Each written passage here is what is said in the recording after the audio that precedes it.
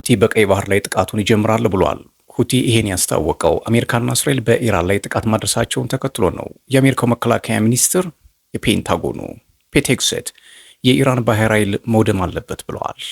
ዓለም ወዴት እየሄደች ነው? የኢራን ከፍተኛ አመራሮች ህይወታቸው አልፏል፣ አሊ ሀሜኒን ጨምሮ። እነዚህን ጉዳዮች ወደ እናንተ አደርሳለሁ። ሰብስክራይብ፣ ላይክ፣ ሼር፣ ኮሜንት እያደረጋችሁ ቤተሰብ ሁኑ። ሁቲዎች በቀይ ባህር ላይ ጥቃት ዳግም መጀመራቸውን በይፋ አስታውቀዋል። በትራምፕ የተመቻቸው የተኩስ አቁም ስምምነትም በይፋ አክትሟል። በኢራን የሚረዱት የየመኑ የሁቲ አማጽያን የአንሰሩላህ ንቅናቄ በቀይ ባህር መተላለፊያ መስመር ላይ በሚጓዙ መርከቦች ላይ የሚያደርሱትን ጥቃት ዳግም እንደሚጀምሩ ነው ያስታወቁት። ይህ እንግዲህ በቀጠናው ያለውን ውጥረት ከፍ እንደሚያደርገው ይገመታል። ይህ እርምጃ የተወሰደው አሜሪካና እስራኤል በኢራን ላይ የፈጸሙትን ጥቃት ተከትሎ ቀጠናዊ ውጥረቱ በበረታበት ወቅት ሲሆን የሁቲ ባለስልጣናት ለኢራን ያላቸውን አጋርነት በአፋጣኝ ገልጸዋል። እርምጃ እንደሚወስዱም የተለያዩ ምልክቶችን እየሰጡ ነው።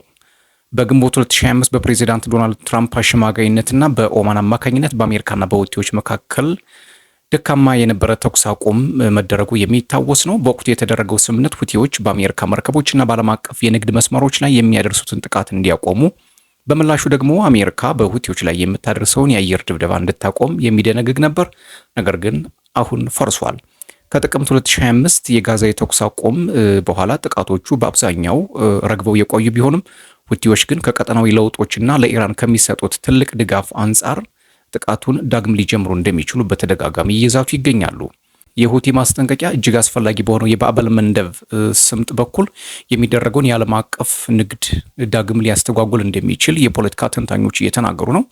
ይህም መርከቦችን አፍሪካን ዙረው እንዲጓዙ ሊያስገድድ ይችላል። የመርከብ ጭነት ዋጋንም ከፍ ሊያደርግ እንደሚችልና በዓለም ዙሪያ የነዳጅ ዋጋን የአቅርቦት ሰንሰለትን እንደሚያናጋ ነው አብዛኞቹ ፖለቲከኞች እየተናገሩ የሚገኙት። የአሶሺየትድ ፕሬስ ዘገባ እንደሚያሳየው ከሆነ ሁቲ እንግዲህ በተደጋጋሚ እንደምታውቁት በእስራኤል እና በአሜሪካ መርከቦች ብሎም በምዕራባውያን የንግድ መርከቦች ላይ ከባድ ጥቃቶችን ማድረሱ ይታወቃል። አሜሪካና እስራኤል ብሎም ብሪቴን ባለፈው ዓመት በቡድኑ ላይ ከፍተኛ የሆነ ድብደባ በማድረግ የቡድኑን መሪ ጨምሮ በርካታ የታጣቂዎቹን አመራር መግደላቸው የሚታወስ ነው። ሁቲ ግን አሁን በግልጽ አቋሙን አሳውቋል። ለኢራን ድጋፌን አሳያለሁ ብሏል። የኢራን ፖለቲካ በጣም ጭንቅ ውስጥ መግባቱን ተከትሎ ኢራን ለመርዳት ሲባል ሁቲ ጠመንጃውን አንስቷል። ሄዝቦላህና ሐማስ ግን እስካሁን ድረስ የሰጡት መግለጫ የለም። እንግዲህ የመካከለኛው ምስራቅ ፖለቲካ ብሎም የእስራኤልና የኢራን ብሎም የአሜሪካ ውጥረት ምን ሊሆን እንደሚችል ከወዲሁ ለመገመት በጣም አሳሳቢ ሆኗል። ምክንያቱም የሚመጣው ነገር እጅግ በጣም የዓለምን የፖለቲካ ቅርጽ የሚይዝ ስለሆነ በትኩረት መከታተሉ የተሻለ ነው የሚሆነው።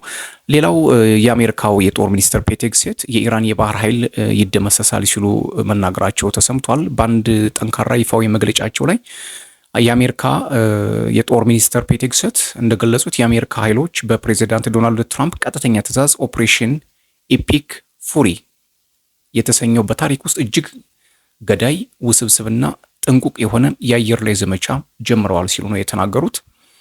በአሜሪካ ሕዝብ ላይ የሚሰነዘሩ ጠንካራ ሚሳኤሎችን አንታገስም። እነዚያ ሚሳኤሎች ከኢራን የሚሳኤል ማምረቻ ተቋማት ጋር አብረው ይደመሰሳሉ።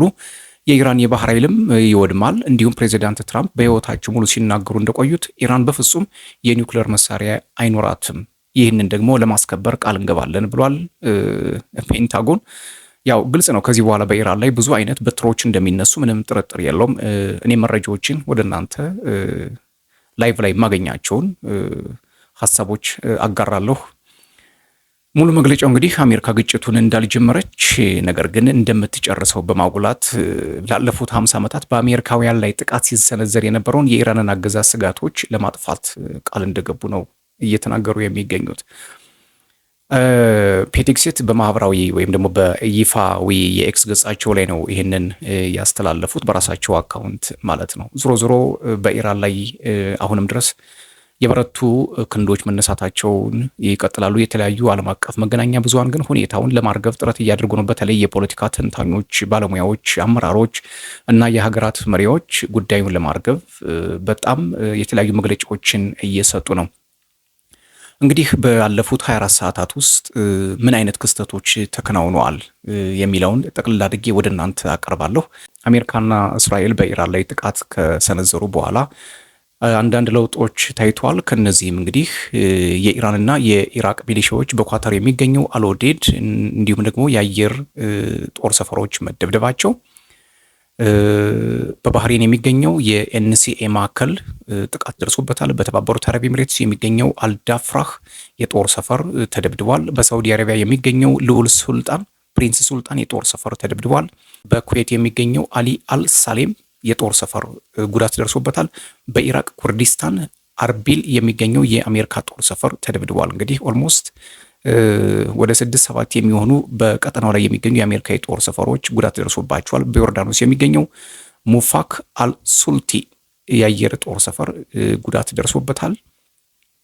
እንግዲህ በባህሬን፣ በኳታር፣ በተባበሩት አረብ ኤሚሬትስ እነዚህ በሙሉ ጥቃት የደረሰባቸው ናቸው። ሌላው ወደ እስራኤል 50 ጊዜ የሚሳኤል ጥቃቶች ተሰንዝረዋል። እስካሁን ስለደረሰው ጉዳት ምንም የወጣ መረጃ የለም። በእስራኤል ውስጥ በርካታ ኢላማዎች መመታታቸውም እየተነገረ ነው። ነገር ግን ከቴል አቪቭ የወጣ አንድ መረጃ የለም። አንድ መርከብ ምናልባትም የእስራኤል የባህር ኃይል መርከብ መመታቱን በምስል እየተረጋገጠም ይገኛል። የአጥፊ ድሮኖች ወይም ደግሞ ሱሳይድ ድሮንስ በገልፍ ሀገራት በተባበሩት አረብ ኤሚሬትስ በባህሬንና በኳታር የሚገኙ በርካታ መሰረተ ልማቶችን ከፍተኛ ዋጋ ያላቸውን ንብረቶች አውድመዋል። 100 በላይ እስራኤላውያን ጉዳት የደረሰባቸው ሲሆን አንድ የኤሚሬት ዜጋ ህይወቱ አልፏል። በአርቢል ኢራቅ ኩርዲስታን ድሮኖች ጥቃት ፈጽመዋለኝ። አሊ ሀሚኒ ህይወታቸው አልፏል። 6 ከፍተኛም የኢራን ወታደራዊ አመራሮችም ህይወታቸው አልፏል። በኢራን ከ900 በላይ የአየር ጥቃቶች ተፈጽመዋል። ከ100 በላይ ሲቪሎች ህይወታቸው አልፏል። አንድ ሴት ልጆች ትምህርት ቤት ተመቶ ከ80 በላይ ሰዎች ህይወታቸው አልፏል። የኢራን ሚሳኤል ጣቢያዎች ተመተዋል። የኢራን መከላከያ ሚኒስቴር ህንፃ ጉዳት ደርሶበታል። የኢራን ፕሬዚዳንታዊ ቤተ መንግስት ተመቷል። የኢራን የበላይ መሪ ቢሮም ጉዳት ደርሶበታል። በመላው ኢራን ከፍተኛ የአየር ድብደባ የተካሄደ ሲሆን በእስራኤል ግምት የአየር ላይ የበላይነት ሙሉ በሙሉ በሚባል ደረጃም ተገኝቷል። እንግዲህ እስካሁን ድረስ ያሉት መረጃዎች እነዚህ ናቸው። ሌሎች መረጃዎች ሲኖሩም በስፋት ወደ እናንተ የማደርስ ነው የሚሆነው። አብዛኛው እንግዲህ ተብሏል የኢራንና የአሜሪካ ውጥረት በዓለም ላይ ምን ያክል ተጽዕኖ ሊፈጥር እንደሚችል የብዙ የፖለቲካ ተንታኞች ጉዳዩን በአሳሳቢ ነገር እየተመለከቱት ነው። እንግዲህ በጋዛና በእስራኤል መካከል ያለው ጦርነት ሳያበቃ፣ በሩሲያና ዩክሬን መካከል ያለው ጦርነት ሳይሽር፣ በሱዳን የእርስ በርስ ጦርነት ያለው ደም አፋሳሽ ጦርነት በቅጡ ሳይገታ፣ እንዲሁም ደግሞ አሁን በቅርቡ የፈነዳው የአፍጋኒስታንና የፓኪስታን ጦርነት ዓለምን ምን አይነት ነውጥ ውስጥ እያስገባት እንደሆነ መመልከት ይቻላል። ስለዚህ ዓለም የጉልበተኞች ጠበንጃ ያላቸው ገንዘብ ያላቸው ራሳቸውን የሚያስከብሩበት ዓለም እየሆነ መጥቷል። ለዚህ ማስረጃ የሚሆን ደግሞ ዶናልድ ትራምፕ በሰው ሀገር ገብተው የማዱሮን አስረው ካመጡ በኋላ እንዲሁም ደግሞ የሙኒክ ኮንፈረንስ ላይ የጀርመኑ ቻንስለር ፍሬድሪክ ሜርዝ የዓለም ሕግ ሙሉ በሙሉ ፈርሷል ብለው መናገራቸው ምን ያክል ጉልበተኞች ዓለምን ለመያዝ እየተሽቀዳደሙ እንደሆነ፣ ምን አይነት የፖለቲካ ስርዓት ለመፍጠርስ እንደታለመ ብዙ ውስብስብ ነገሮች በዓለም ላይ እየተከሰቱ ነው። ጠለቅ ያሉ ጉዳዮችንም እንዲህ ወደ እናንተ የማድረስ ነው የሚሆነው። እናንተም ሰብስክራይብ፣ ላይክ፣ ሼር፣ ኮሜንት እንድታደርጉ የአክብሮት ግብዣይ ነው። ሰላም።